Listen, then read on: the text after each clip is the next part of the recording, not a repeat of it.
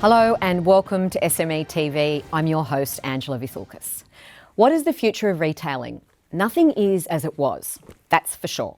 We have an economy on bypass, our communities in lockdown, out of lockdown, then in lockdown again. Is the time ripe for smart, savvy retailers to rethink the business of retail? Well, stay watching this episode of SME TV News and Views to find out. Please remember to subscribe to our YouTube channel to support us and all SMEs, and we encourage you to comment. Tell us what you think and share SME TV. How do you find out the future of retail? You go to a Consumer Futurist with an incredible background in building brands and so much more. Of course, that's Stella Gianotto. Welcome, Stella. Thank you, Angela. I tried hard to say the surname as if I had an Italian accent. Gianotto. Gianotto. It's phonetic, so you did well. Yes, I had the last few days I have been looking at all the surnames of the people that I'm interviewing and going, just once I'd like to get 3 Smiths and a Wilson. 3 Smiths and a Wilson, but never mind. Okay, so I find it fascinating that you are a brand person, a globally respected brand person, and you're narrowing in on consumer as a consumer futurist. Yes. Initially, I tried to see the correlation, and then as I gave it more thought, I thought, well, if you're looking at helping brands build and move forward, you really should be contemplating the future. Correct. So that you're ahead of the curve. Yes. So let's go back a bit, right? Sure. Retail used to be bricks and mortar. Yep. You had a shop front. If you looked great, you had reasonable service. I won't say great service. Reasonable service, a great product. Yep. Then arrogantly, you had it locked up. You probably did well as long as you're in a position. Yes. It was all about your physical location and your market. Correct. Then something called the internet came along and things changed. Yes. Now let's add that retailers have seen the bottom drop out of their world because of internet trading. The fact that anyone can now be an internet retailer. Yes. Because even if you're not any good at e-commerce sites, you can just have a site on eBay or something like that. Correct. Right? So we've got all of those infrastructure bits in place. E-commerce is not so hard now. No. But then let's just grab a global pandemic. Let's chuck that into the mix, and then suddenly nothing is the same. Exactly. So has a lot changed technically? We were already on that path of internet retailing taking over the physical, so clicks and mortar now. But now with the global pandemic, have you had to rethink the future of retail? Yes, we have. And essentially what most people find it really difficult to grasp is that we've gone full circle. So yes, we've had a lot of economic factors and a lot of conditions externally affect the business of retail. But essentially what we now have to go back to is reimagining retail. And when we refer to clicks and mortar, some people will call it future-proofing. What we're really saying is that you need to have a traditional bricks and mortar space, but you also need to have representation or real estate, as they say, online. And when we say that you've gone completely full circle, when you build brands, primarily you build a brand because you're building a business for profit, or you have a purpose, or you want to leave a legacy behind. So traditionally, when our parents and our grandparents built businesses, what they used to have to do is they had to identify a gap in the market, or they had to invent or create a product or service that didn't quite exist. And generally that was born out of a lack of something or a need for something else. So they interacted or created, or in some cases manufactured the product themselves. So they had their finger on the pulse. The other thing too is that they were also frontline. So retail 10, 20, 30 years ago, they were frontline. They were interacting with the customers, or the consumers as they're called today. So they got real-time data, real-time feedback. If it worked, it worked. If it worked and it didn't, you heard about it. And if you didn't hear about it, you heard it in the grapevine of the community. Someone else. Or your customers just didn't come in, right? Correct. That was That's a way what of I was measuring going to say. You noticed because all of a sudden the till didn't have as much money in it. So when I say we have to go full circle, we've actually got to go back to that somehow, somewhere along the line. Now, we can blame the internet for this, or we can't. We learnt to scale up business on a global scale very, very, very quickly. I mean, you can start an Amazon business like that and be a global trader from your bedroom office, your office. So we need to go back to find that lost art of finding a gap in the marketplace or recreating something that doesn't exist. And it's getting harder and harder. It's a noisy world. It is noisy. It's a noisy world. It's noisy. We talk about online transferring retailers into online retailers, it's not just that DJs has gone online. It's not those physical ones translating into online. There's a lot of other people who don't have physical presence. Correct. And they're online. Correct. And that's why it's so noisy. And they're nimble. And they're quick. They're agile and they're quick to respond. And they've been able to do that with the use of technology. Now, one being on a full e-tailer, being a business online, and one being a traditional bricks and mortar, one is not necessarily better than the other. What we're saying is that we're seeing a union now, a perfect marriage between the brand and the retail sector. And we have had to do that in order to be able to, A, be sustainable and also make sure that we retain our consumers and we redefine their experience. So that's where we're coming to now. Right. We're coming back to it being all about the consumer again. Correct. When for a lull there, for whatever reason, it wasn't about them.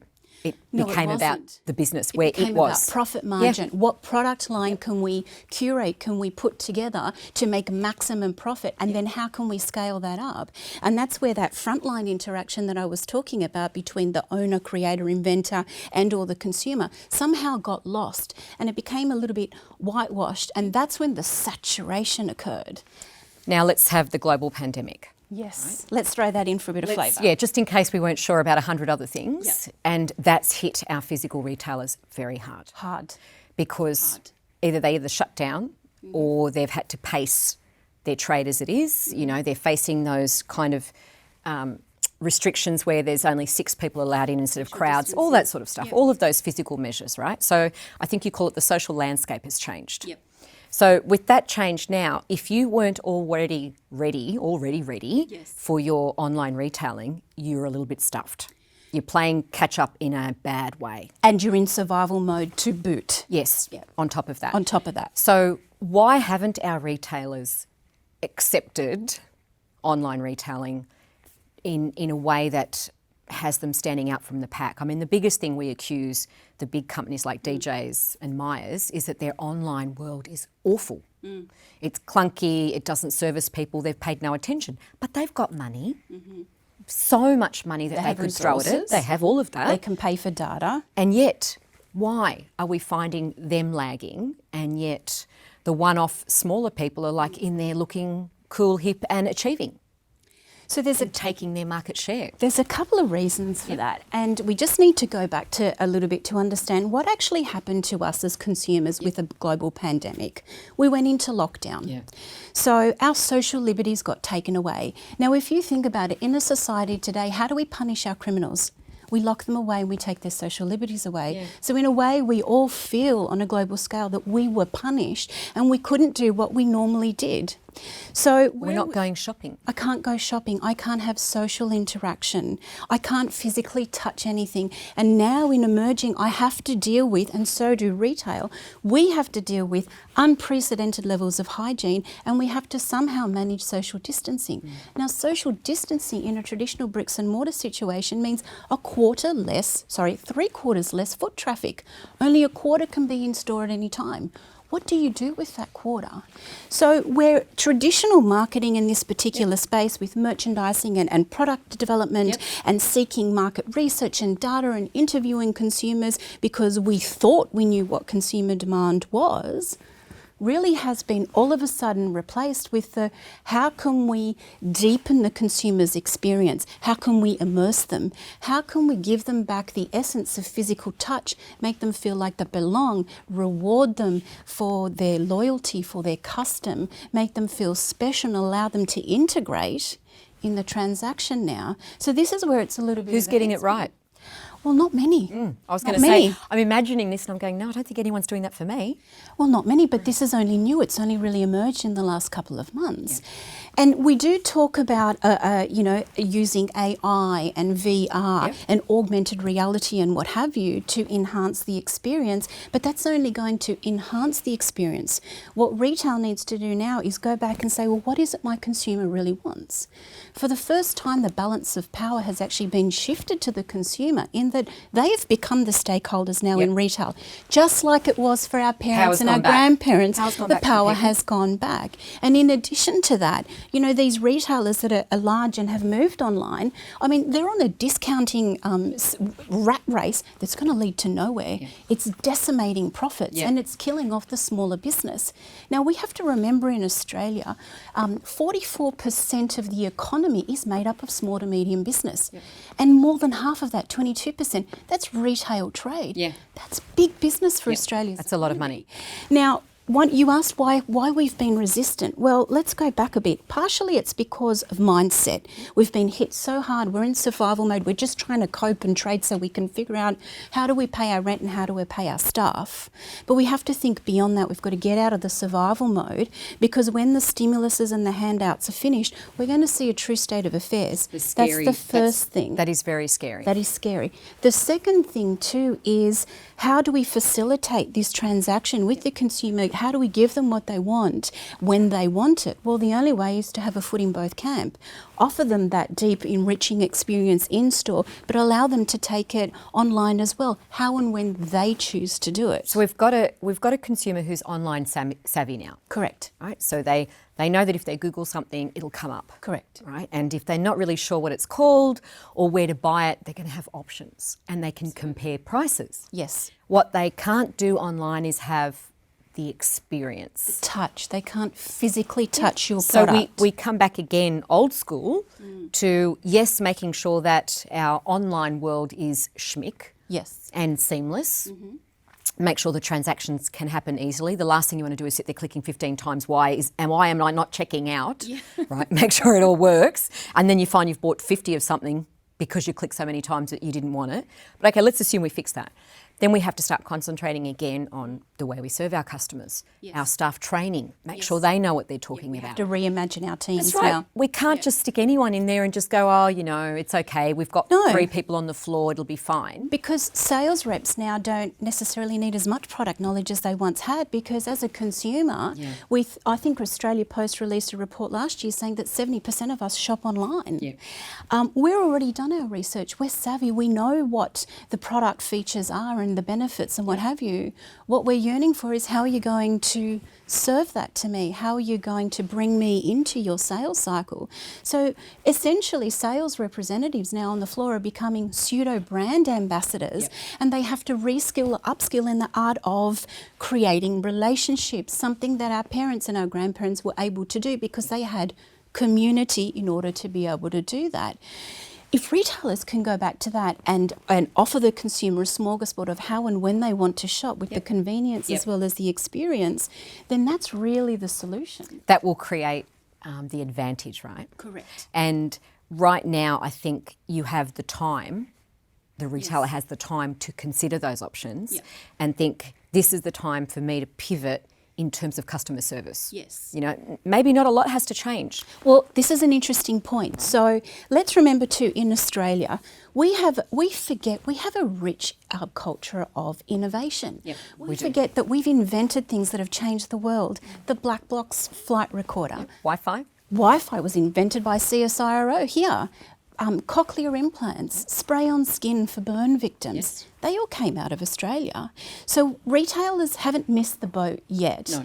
We're still in survival mode. We're still emerging. We're still understanding what the new norm is and what the new business landscape is.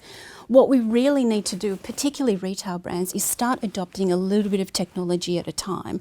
Obviously, you don't have the resources nor necessarily the investment that a larger retailer or a multi-chain luxury goods store actually have, but we do have access to technology. Point in case. If you want to involve the consumer a lot more, use your social media platforms. They're virtually free. You know, you don't need to have a fancy FPOS system. You can actually use technology as simple as including a couple of iPads with your product and your inventory there.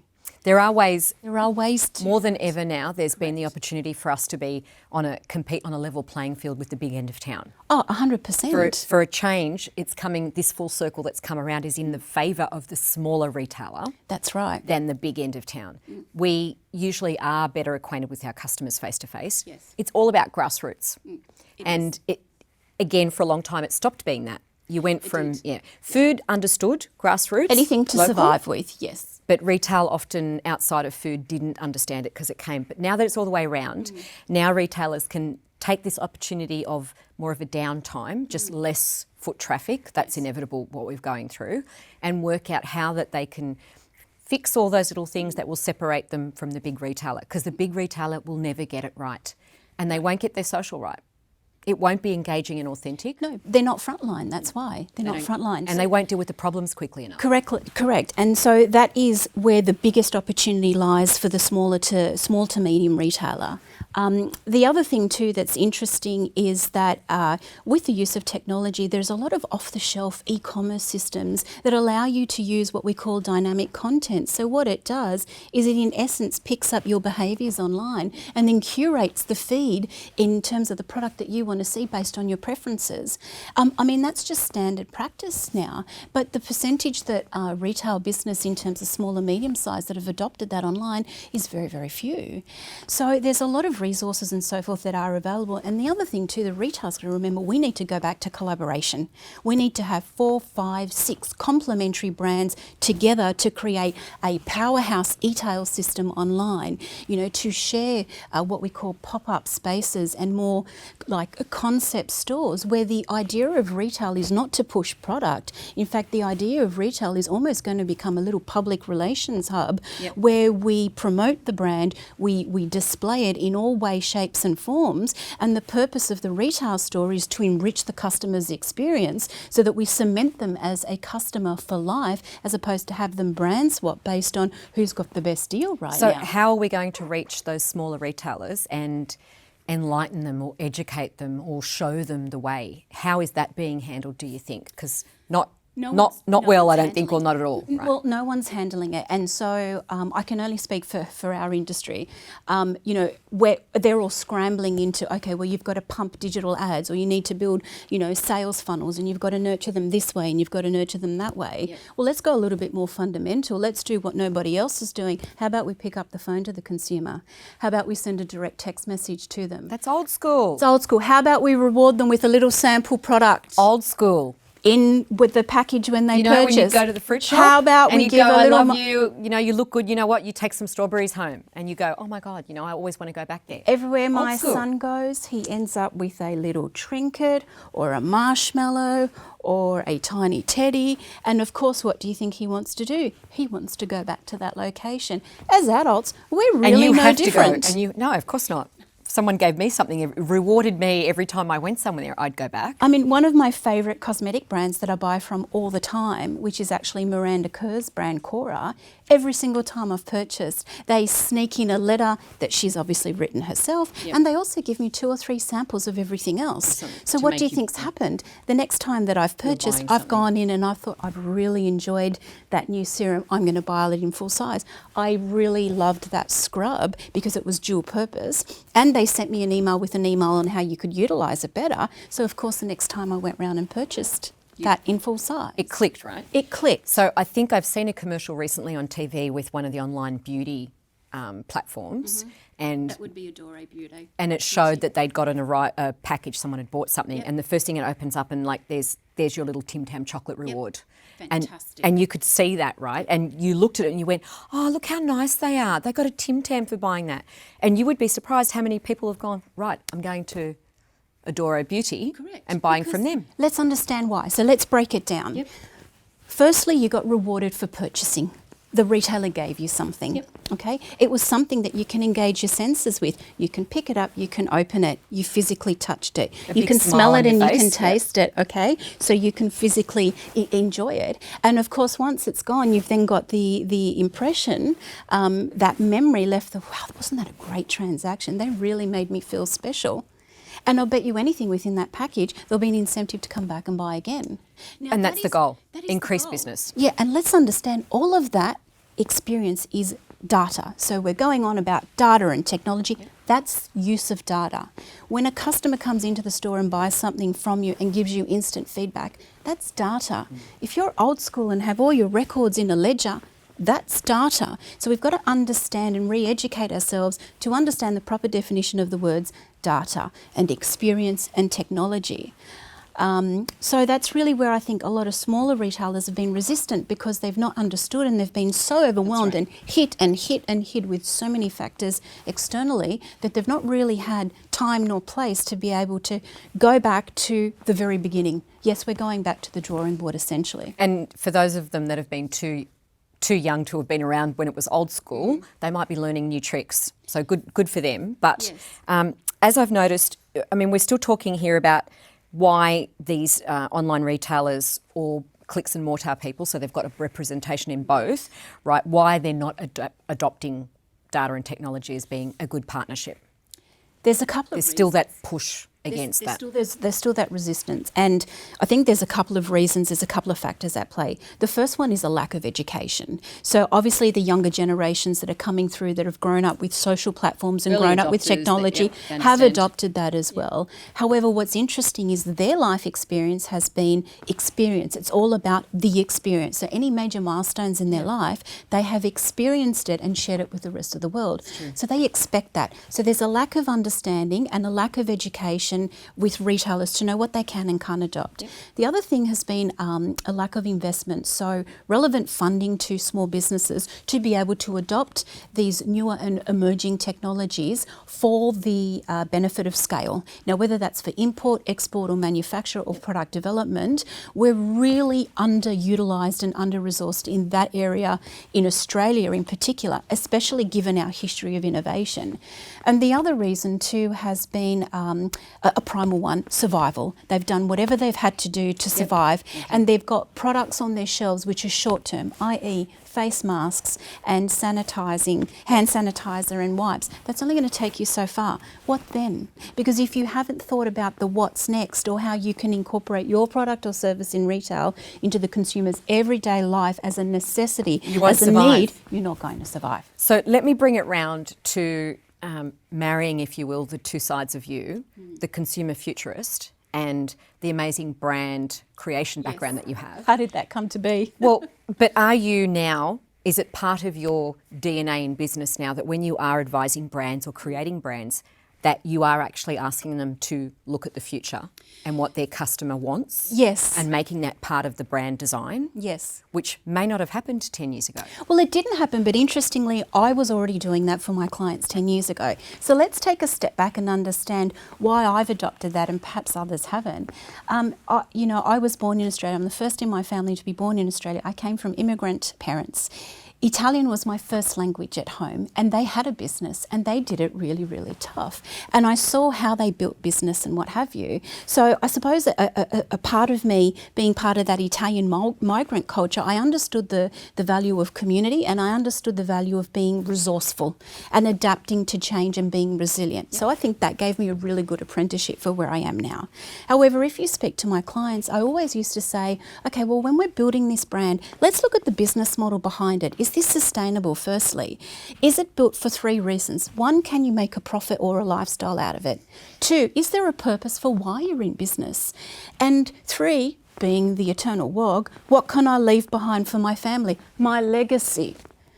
And for years I've done that. And it wasn't until recently where I've spoken to a lot of my clients, particularly when we went into lockdown, they all called us and said, right, what do we do now? And I said, well, what do you mean? And they said, you've always helped us with the future. Right. You've always helped us with understanding what we should invest in and what we shouldn't, what we need to pare back, who we should talk to, and how we should build the business for not just today, but for tomorrow. Mm-hmm. Now, what do we do?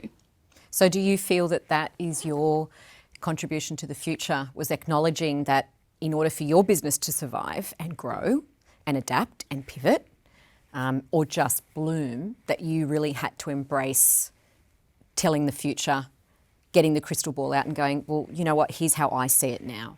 Here's what I see it all standing out. I mean, we know now that there's going to be less retailers. Oh, absolutely. The pandemic has cleansed that space, so to speak. Mother Nature sent something that will change that landscape. The physical reality of retailers is that the rents will also adjust. Yes. Market rent is not what it was. No. And it has to change moving forward, and that will be something that will be new and sustainable for a longer time. So those physical barriers to smaller retailers may just, in addition to everything else that's happening now, also level the playing field, because for a change they will get to compete on the high street and have their brand noticed, hopefully they won't become too physically big that they lose the beauty of small. Interestingly, I wrote an article that was published just recently where I called this time, some people referred to it as the golden era post-World War II. Yep. In Australia, I've coined it the Steven Bradbury moment for Australia. Yep. So if you don't know who Steven Bradbury is, have a look at the Winter Olympics. Love him and everything he stands for. So all the competitors that were in front of him happened to fall over and he brought home the gold. Now, it wasn't just a fluke. I mean, he had to train and have the grit and tenacity just to get to the Olympics to start with. But let's look at it globally. Most of the global players are down. Yep. You know, the economic spend has now all of a sudden dispersed. I mean, we experienced China in terms of blockchain and manufacturing bring the world to its knees. So as a world, we're going to redistribute that power of manufacture. And in addition to that, because we've got such a culture of innovation, I believe the Australian economy will come back and it'll become much stronger than it's ever been if our retail business can readjust and reimagine what they now need to do to be able to compete globally. I mean, we have to remember that 22% of the 40% that makes up the economy is retail trade. Yep. So that is huge. I'm going to go out on a limb and I'm going to say that whether we like it or not, we will change. We will. Whether we like it or not, we will rise to the challenge because it's just how it is. That's what retail does. And small business itself, that's what it does. It survives and whoever perishes, someone else will come along or that same brand or that same business will just know that they had to change and they will open up somewhere else. This is a leveller. Yeah, this is classic Darwinism. Yep. It isn't the fittest or the strongest of the species that has survived. It are those that is adaptable to change. That's right. I mean, McKinsey in the US released a report saying that in the current climate, the retail business that can sustain the hits and still come out and still reimagine and still be competitive are the ones that actually will survive. And on that note of survival, thank you very much for coming today. It's clearly something that needs to be discussed more and the message spread about it. wider. Passionate about Consumer Futurist, of course, you have to be. Please remember to subscribe to our YouTube channel to support us and all SMEs, and you can see, watch, listen to other great interviews there too. A big shout out to the SMEA Association for making SME TV channel possible, and another shout out to Piedmont Studio for their great production work. If you have any news, comments, tips, inspirational bits of stories to share with us, please send them directly to me. news@smea.org.au, and we're across all the socials too. Thank you so much. Thank you very much for coming. Thanks, Angela.